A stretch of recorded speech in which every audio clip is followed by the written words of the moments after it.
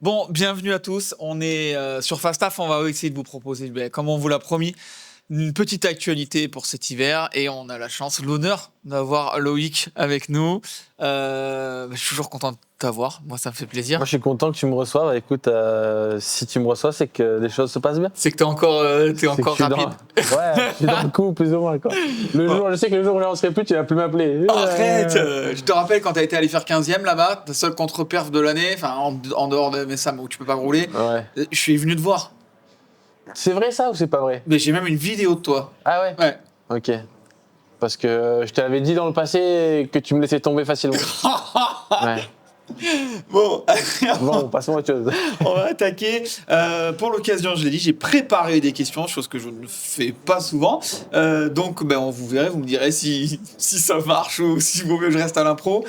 Ma première question, si on regarde 2025, Ouais. c'est qu'est-ce qui te motive encore?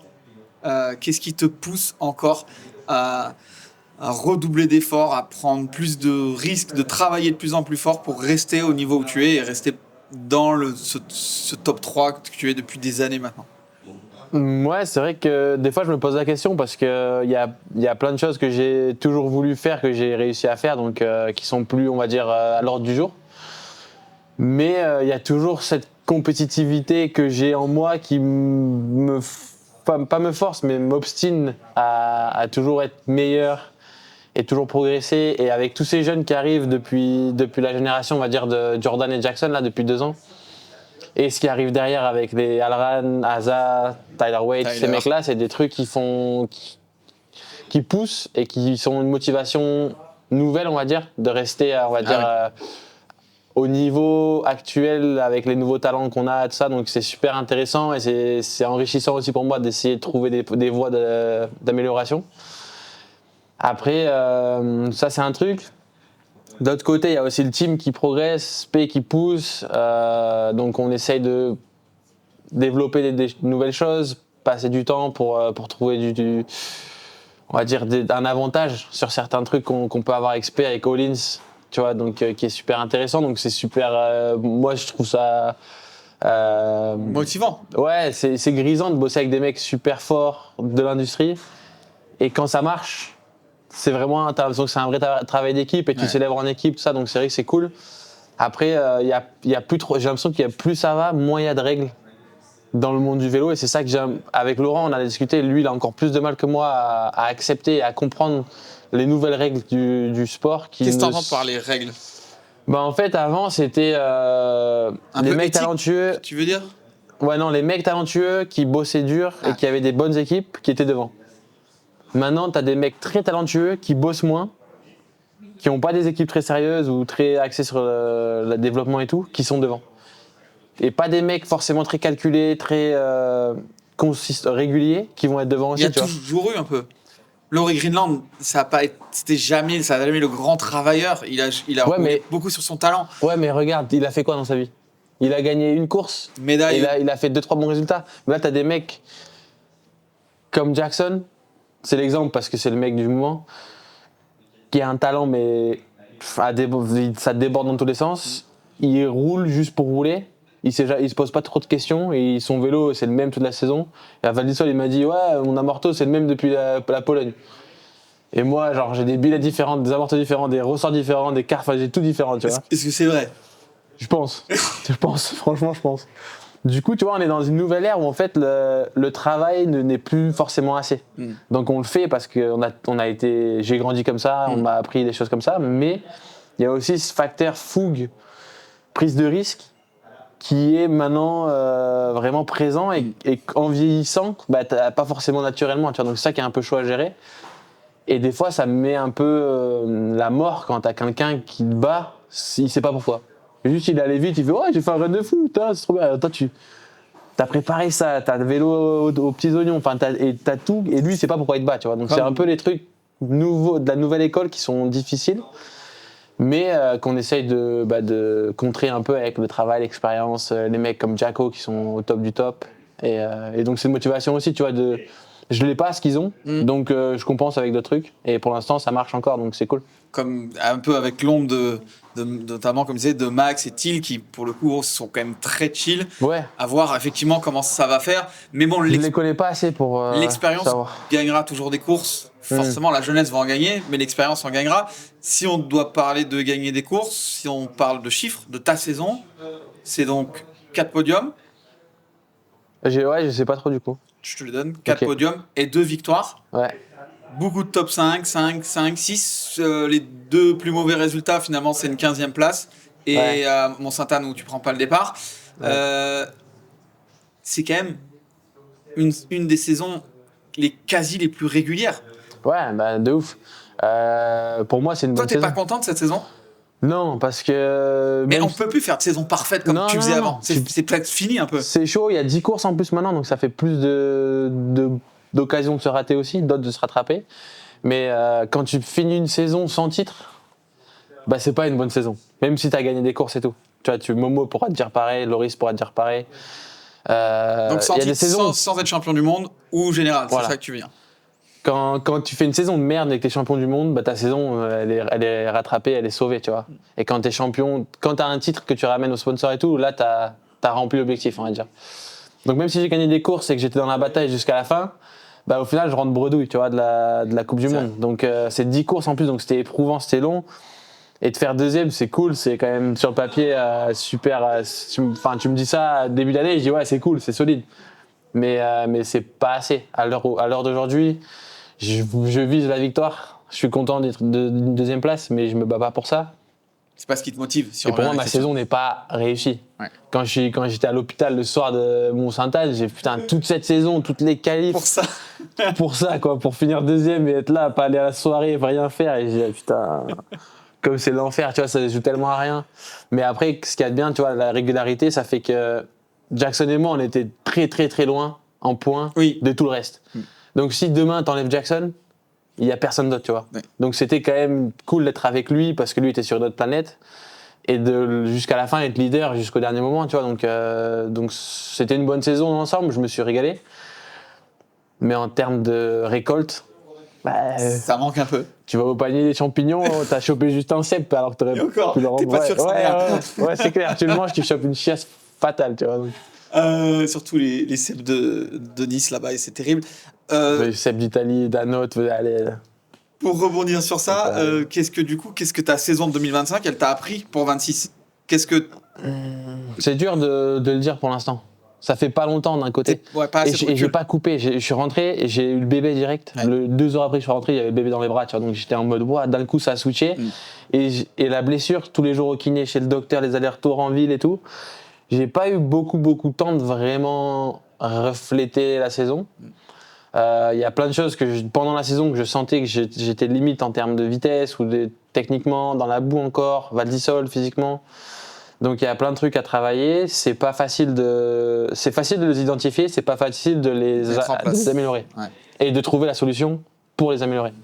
Donc pour l'instant, on se met petit à petit en place. Je pense que je vais attaquer mi-décembre sérieusement. J'ai besoin un peu de temps avec le bébé, c'est quand même vraiment, ça change la vie. Devine. Et la jambe, tu vois, tout à l'heure j'avais les jambes en l'air. Putain, ma jambe gauche, il n'y a rien, on dirait un coude ou un genou, tu vois, genre, Ouais. c'est tout Ouais, petit. c'est vrai que c'est pas beau. Ça. Ouais, du coup, il y a du taf avant de revenir à un bon niveau, mais Val d'Isole, tu vois, il y a des trucs l'année prochaine qui vont être durs, mais on va tout faire pour y arriver. Champéry cette année, c'était dur sur le papier, je pensais pas Être aussi bien. être aussi bien, Ouais. et au final, je fais 3 en qualif en roulant aller tranquille. Et je pense que dans ma tête, je pouvais gagner ce jour-là, donc je l'aurais pas pensé. Donc on a travaillé, on a testé, on y est allé, tout ça. Donc en faisant les choses, peut-être que j'aurais une chance à Val d'Isole, ce qui a pas été le cas souvent les dernières années. Donc il y a des trucs comme ça qui motivent aussi, et il y a trop de trucs à améliorer, je pourrais pas tout faire, mais j'essaye. Pour prioriser un peu. Je voudrais parler un petit peu, quitter un peu la saison. Je voudrais parler tout simplement, pour ceux qui n'ont pas vu, je vous invite à aller vraiment voir ces 4 épisodes qui sont Bruni's Files, réalisés par Louis Citadel, qu'on salue, qui fait un travail incroyable. Ouais. Au-delà de ce travail, qu'est-ce que c'est Bruni's Files? Est-ce que c'est prendre du temps? Est-ce que c'est partager ton ressenti avec les fans? Est-ce que c'est prendre du temps pour dire des choses que tu n'as pas le temps de dire pendant les courses? Est-ce que c'est permettre aux fans d'être plus proches? C'est pourquoi tu fais... Parce que c'est du temps, c'est du travail, forcément pour Louis, mais pour toi aussi. Tu te livres, tu te laisses du temps. À quoi ça sert pour toi? Moi, au final, ça a été assez simple parce que Louis, il est tellement bon qu'il n'a pas beaucoup été sur mon dos et il n'a pas été trop présent. Je ne l'ai pas senti. Le but, c'était de faire quelque chose... Parce que c'est difficile de proposer de nos jours des trucs différents, des trucs que les gens aiment, tout ça. Donc je me suis dit, je vais arrêter de faire ce qui marche. Je vais faire ce que j'ai envie de faire. Et un mec comme Louis, Dorian, tu vois, des mecs avec qui on bosse quand même beaucoup, c'est des talents de fou en termes de médias. Et ils sont souvent bridés par les marques, on va dire. Ils travaillent pour un team, donc ils vont devoir faire les choses de cette manière. Et donc là, Louis m'a dit, vas-y, dernier moment, ça s'est décidé au dernier moment. Et côté spontané, on oblige un peu à dire, faut qu'il y ait un truc ce soir. Ouais, de ouf. Et Louis, tu vois, à chaque épisode, il m'a dit, je sais pas, je dis franchement, prends ton temps, parce que c'est un mec, c'est un génie, donc il part dans des délires pendant 20 heures, il est sur son ordi. Et puis après, il fait 2 jours, il fait plus rien, et puis il se remet sur son ordi. Dans le noir et tout, il me raconte, c'est incroyable. Donc on fait des trucs, il fait à son rythme, mais moi je le pousse pas, tu vois, je le laisse faire vraiment. Je veux que son talent s'exprime sans que je mette de contraintes ou de pression. Et le but, c'était de faire un truc que j'avais envie de faire et que lui aussi avait envie de faire, qualitatif, qui racontait un peu des histoires avec plus d'émotion, un peu plus de narration, on va dire, que juste des riding clips et tout ça. Et de transmettre un peu plus d'émotion que juste une vidéo basique. Et en fait, ça s'est fait que la saison a été assez up and down, tu vois. Alors la première épisode était assez fou. Enfin, ma première partie de saison était bien, donc les 2 premiers épisodes sont assez fous, c'est la fête, tout se passe bien. Puis la fin de saison, plus compliquée, tu vois, les problèmes mécaniques, les crashs, Mont-Sainte-Anne, et il a quand même réussi à faire un truc super intéressant, où tu vois aussi un peu le derrière du décor, parce qu'il y a beaucoup de gens qui savent pas exactement comment ça s'est passé, pourquoi j'ai pas roulé, ce qui s'est passé vraiment à la gate, pourquoi j'étais pas dans la gate. Donc c'est vrai que ça explique quand même super bien. C'est le but aussi. Tu vois, je suis rentré du Canada, j'étais en PLS à l'hôpital, machin. Renato m'a envoyé des messages. Renato, c'est mon community manager. Renato Spagnoto, les espions. Les espions sur la piste aussi. Il me dit, mec, tu es en train de prendre feu sur les réseaux sociaux. Il y a plein de mecs qui te cassent en deux sur les comments parce que je sais plus quoi. Parce que je suis pas allé au podium. Ouais. Donc, tu vois, il y a des trucs qu'il faut un peu expliquer aussi. Tu peux pas leur en vouloir. Les mecs, ils voient un truc, ils réfléchissent pas. Ils te cassent en deux parce que t'es pas sur le podium. Et pour eux, t'es juste un bâtard qui a mal accepté le fait de perdre. Alors qu'en fait, rien que le temps de monter à la gondole, redescendre et tout, les podiums, tu sais, ça se fait direct. En plus, t'es le dernier à partir. Donc, il n'y a pas de temps, tu vois. J'arrive, les podiums, ils sont en train de se finir. Je suis allé direct chez le docteur, hôpital. Enfin, tu vois, il n'y a même pas eu de moment. Je suis même pas allé voir mon équipe, Jackson, personne. J'ai vu personne. Ils sont venus à la gondole et après, je les ai plus vus Je les ai plus vus. Ouais. Renaud, je l'ai plus vu. Depuis. Tu vois, genre. Même là, il est parti en vacances. Là, il est parti en vacances. Moi, j'étais à l'hôpital, il n'y a que Laurent et Thorsten qui sont venus. Après, je suis parti à l'aéroport direct parce que Caro était en train d'accoucher. Et après, je les ai plus, mec. On l'appellera. Ouais, je crois qu'il va bien, mais tu vois, genre. Et donc, ça, les gens ne le savent pas. Donc, c'est bien de voir un peu ce qui se passe aussi vraiment et comment ça a pu être vécu. Pour Caro et moi, tu vois, Caro et moi, on a regardé l'épisode, on a chialé tout le long. Parce que ça nous a rappelé, c'était horrible, tu vois. La sensation de, putain, je suis loin, je suis parti, je suis pas avec toi, toi tu vas accoucher, j'ai tout raté, tu vois. Et alors que j'avais fait une bonne saison, j'étais là, je me battais, j'avais pas craqué de la saison, tu vois. Ah, la soupe est prête. Ah ben voilà, on va pouvoir manger. Ouais. Ça vous dérange? Ça, non, ouais. C'est des deux côtés? Ouais. Désolé. Bref, tout ça pour dire que Louis est incroyable et que les Bruni Files, tu vois, je regardais hier les views, ça fait 30 000, 40 000 views, c'est pas un truc de fou en termes de views, mais je sais que chaque personne qui les ont vus ont passé un bon moment et ont vu de la qualité et c'est ça le but aussi. C'était de faire un truc à notre échelle qui nous faisait kiffer. Donc Bruni Files 2026 ? Eh ben on sait pas encore. Ça va dépendre de Louis, de ce qui... Oui, et moi j'aimerais beaucoup, potentiellement en faire plus. Un de plus dans l'hiver pour suivre un peu, tu vois, le build-up aussi, le retour de ça, build-up, la nouvelle vie et attaquer la saison. Je voulais parler un peu d'une partie technique, parce qu'on a plein de gens qui nous parlent un peu du côté technique, etc. Là, on arrive à la fin de la phase de développement du vélo. T'en parlais tout à l'heure. Ouais. Donc ça veut dire que maintenant, tu développes. On perd un peu de temps finalement quand on développe un vélo. Ouais. Est-ce que du coup maintenant, tu vas avoir du coup moins de temps pour développer, donc plus de temps pour performer. Ouais, clairement. Quand tu développes un bike, tu as des points d'interrogation qui sont pas répondus, donc tu prends des fois des risques, tu te trompes dans la direction, donc sur les courses, t'as pas le vélo que tu penses que tu veux avoir. Donc le développement, c'est un truc qui est top parce que c'est enrichissant et tu arrives à trouver des trucs bien, mais dans le process, tu perds un peu des occasions où t'es pas aussi bon, ton vélo marche pas aussi bien, t'es pas autant calé avec ton matériel. Alors que là, tu vois, cet hiver, on a le vélo qui change plus, on a des billettes qu'on a qui vont plus changer. On va pouvoir vraiment passer du temps à approfondir le truc pour que quand on a des problèmes, on va dire l'année prochaine sur certaines pistes, on sache exactement où aller. Alors que là, tu vois, par exemple, Lenz Ride, de la qualif que je gagne à la finale, la piste a roulé un peu plus vite et le vélo suivait plus. J'arrivais pas à accélérer, à être bien sur mon vélo en fait. Du coup, j'ai roulé en marche arrière et j'ai peut-être amélioré de 0,5 ou d'une seconde alors que tout le monde a amélioré de 3 secondes. Donc au final, je me retrouve 5. Donc tu vois, c'est des trucs qui normalement n'arrivent pas si t'es calé avec ton bike. Donc on a hâte de voir ça quand même. Donc j'espère que ça sera un avantage l'année prochaine. Je voulais une petite partie fun avant de finir sur une partie un peu plus générale. Sur ta playlist tout à l'heure, on a vu Katy Perry, c'est un truc que tu écoutes tout le temps, ça ou... Non. Je sais pas pourquoi ça s'est mal passé le timing.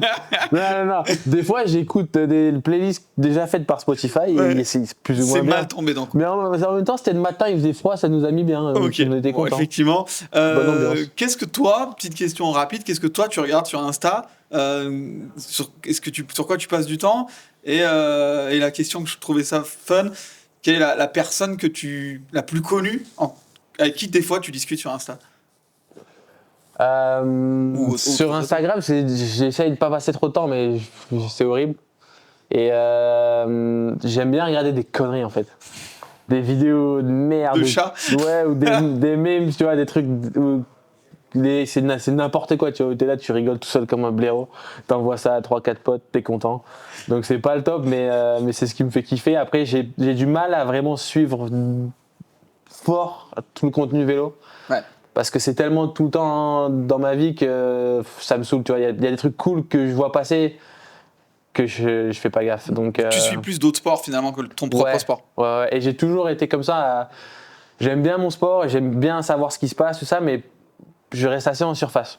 Donc c'est un truc qu'il faut que peut-être que pour le futur je travaille pour si je veux, je sais pas, recruter des mecs pour des teams, j'en sais rien.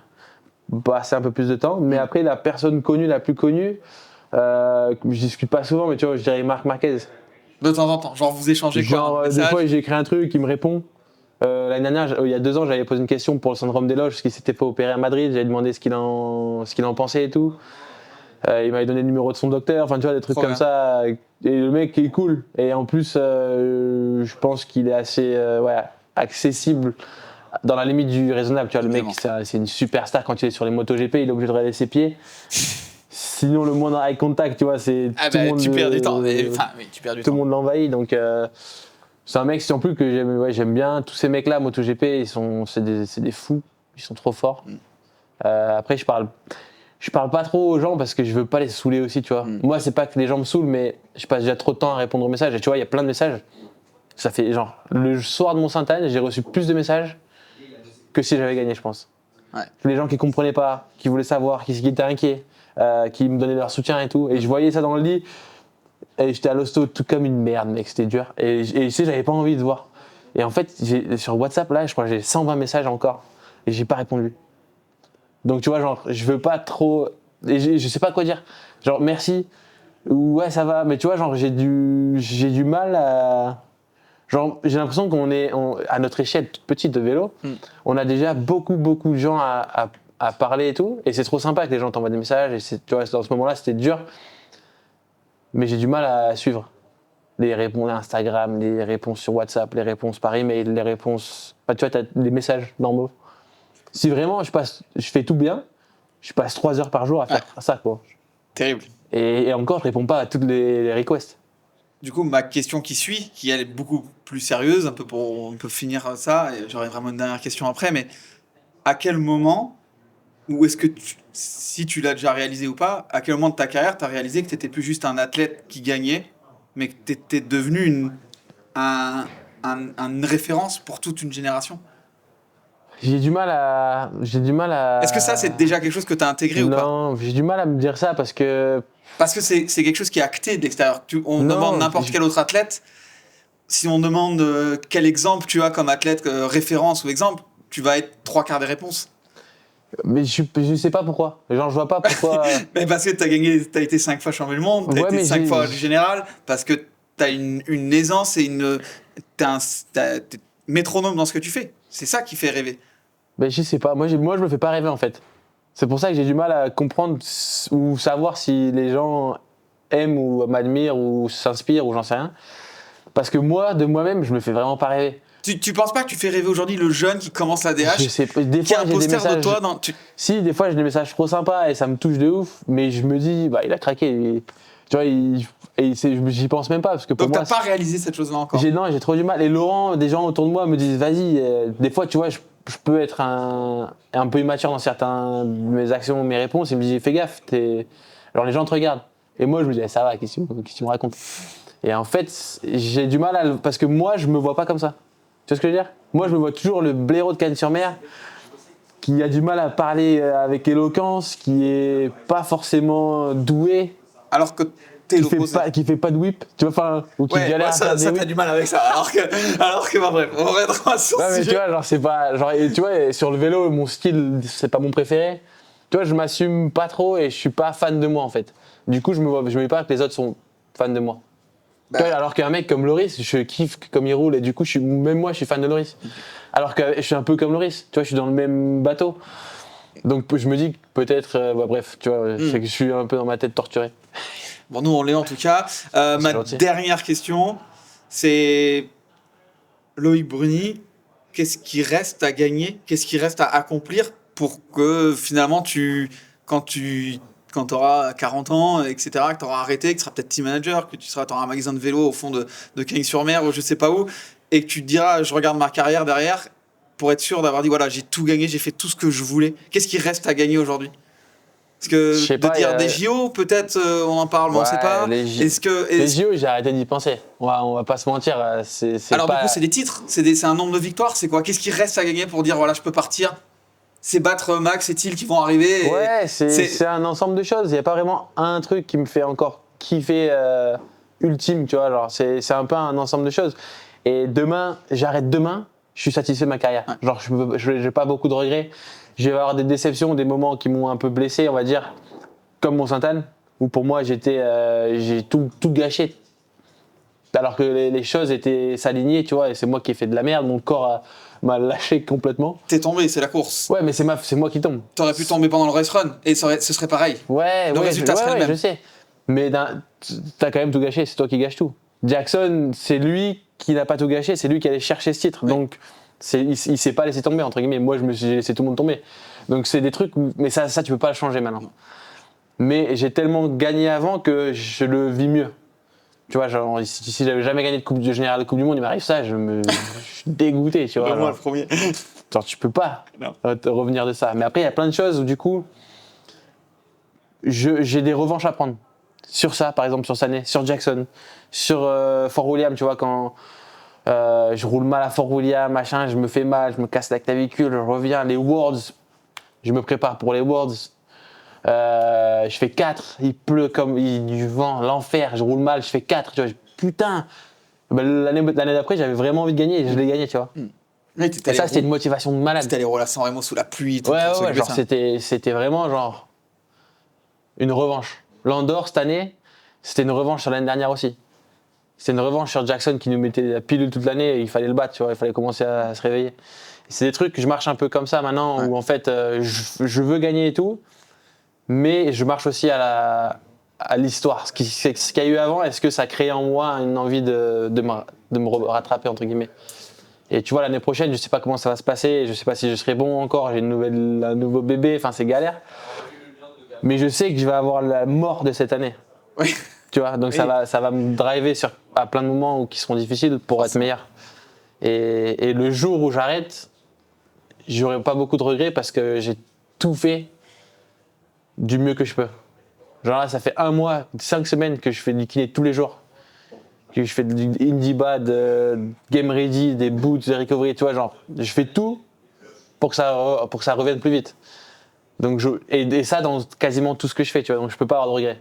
Après, sur le moment, ça se passe bien, ça se passe mal. Ça c'est moi qui suis plus ou moins bon, tu vois, mais c'est pas un regret que j'ai, en gros, tu vois. Eh ben, merci pour cette petite interview. Avec plaisir, hein.